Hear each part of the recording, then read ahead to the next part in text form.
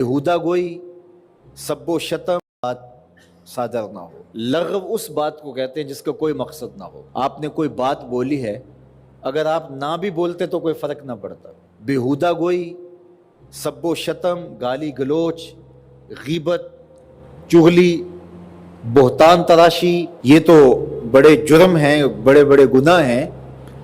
जुबान लग़वियात से भी बची रहे, ऐसा कोई जुमला सादिर ना हो जो लग़व के ज़ुमरे में आता। अल्लाह के महबूब अलैहिस्सलाम का एक फरमान आपने कई बार सुना। आका करीम अलैहिस्सलाम ने इरशाद फरमाया, मिन हुस्ने इस्लामिल मर्ए तर्कुहु मा ला यानी है। किसी शख्स के इस्लाम का हुस्न ये है कि हर बेमकसद बात को, काम को छोड़ दे। जो ला यानी है, जिसका कोई मकसूद नहीं है, तो उसको तर्क कर दे। तो हर कौल, हर अमल, हर रवैया, हर हरकत व सकनत जो बेमकसद हो, उसको तर्क कर देना चाहिए।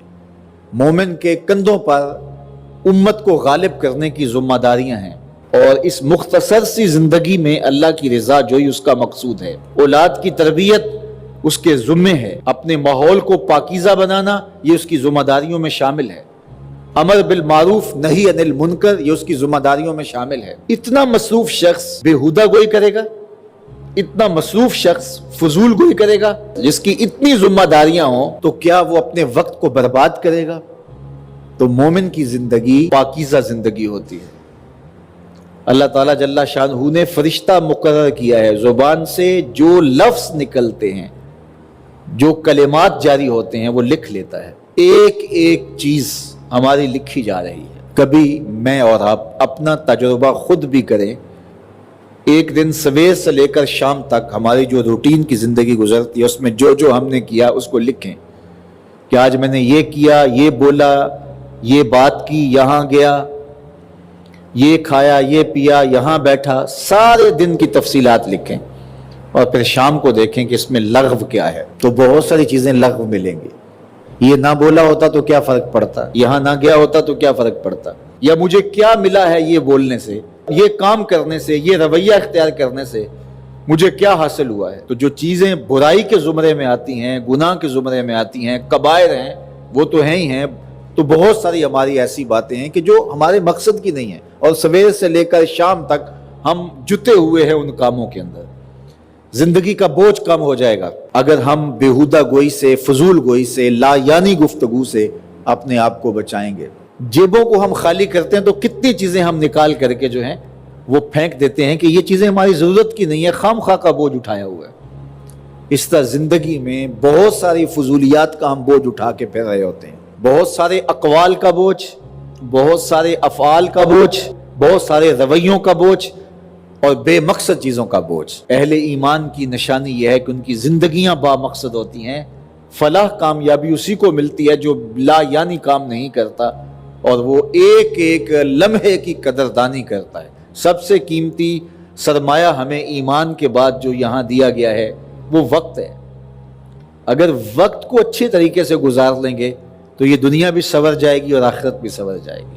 और ये कीमती सरमाया अगर बर्बाद हो गया फजूलियात में तो बहुत सख्त नुकसान कर लिया। तो अहले ईमान की वो खूबी जो फलाह पाने वाले हैं, कामयाबी हासिल करने वाले हैं, बयान करते हुए कहा, वल्लज़ीना हुम अनिल लग़्व मोरिदून, वो लग़वियात से अपने आप को बचाते हैं, एराज करते हैं। कसरत कलाम के नतीजे में दिल सख्त हो जाता है, और अल्लाह को नापसंद चीज़ कल्बे कासी है। सख्त दिल अल्लाह को नापसंद है, नरम दिल अल्लाह पसंद करता है। रकीकुल कल्ब लोगों को अल्लाह पसंद करता है। ज्यादा कलाम करने वाले बेहुदा गो, उनको जो दुनिया के ऊपर सजा मिलती है, उसका जो नतीजा है बेहुदा गोई का, वो कल्ब का कासी हो जाना, कल्ब का सख्त हो जाना है। तो कसरत कलाम से गुरेज करने का मिजाज पैदा करें, क्योंकि जो ज्यादा बोलता है तो वो गलत भी ज्यादा बोलता है।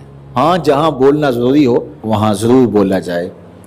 अल्लाह जल्ला शानहू हम सबको जिंदगी को बामकसद बनाने की तौफीक अर्ज़ानी करे। अल्लाह के महबूब अलैहिस्सलाम ने इरशाद फरमाया, चार चीज़ें अगर किसी को मिल जाएं तो वो उसकी खुशबख्ती से हैं। उनमें से एक अद्दारुल वासे, कुशादा घर। दूसरा वज़ौजतुन हसना, सालिहा, पाकीज़ा, इफ़्फ़त माब, नेक फर्माबरदार बीवी इससे मुराद होती है। बीवी का सालिहा होना खूबसूरत होना, नेक होना, फरमा बरदार और मुती होना, खावंद के ऊपर तहक्कुम का मिजाज ना रखने वाली होना, खावंद के माल में और उसकी आबरू में खयानत करने वाली ना होना, ये बीवी की खूबियां हैं। एक रिवायत में आया कि जब तुम उसे देखो तुम्हें खुश कर दे, और एक रिवायत में सालिहा बीवी की तारीफ ये की गई जो दीनी उमूर में तुम्हारी मददगार हो।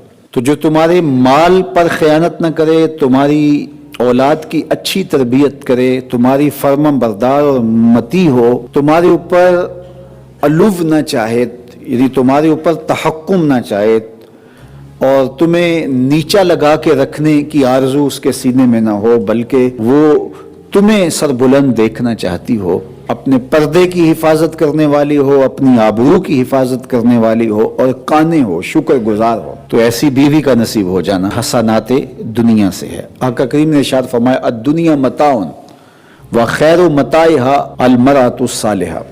दुनिया मता है और दुनिया का बेहतरीन मता अच्छी नेक बीवी है। तो अगर अच्छी सालिहा नेक बीवी नसीब हो गई तो ये दुनिया ही जन्नत है, और अगर बदकार नाशुक्र गुजार बीवी है तो ये दुनिया ही जहन्नम का गड़ा बन जाती है। इसलिए ये अगर किसी को नसीब है तो वो अल्लाह का शुक्र अदा करे, और ये अल्लाह की इनायत है किसी पर जो अल्लाह ने मकसूम की है। तो ये छोटी नेमत नहीं है, ये बहुत बड़ी नेमत है।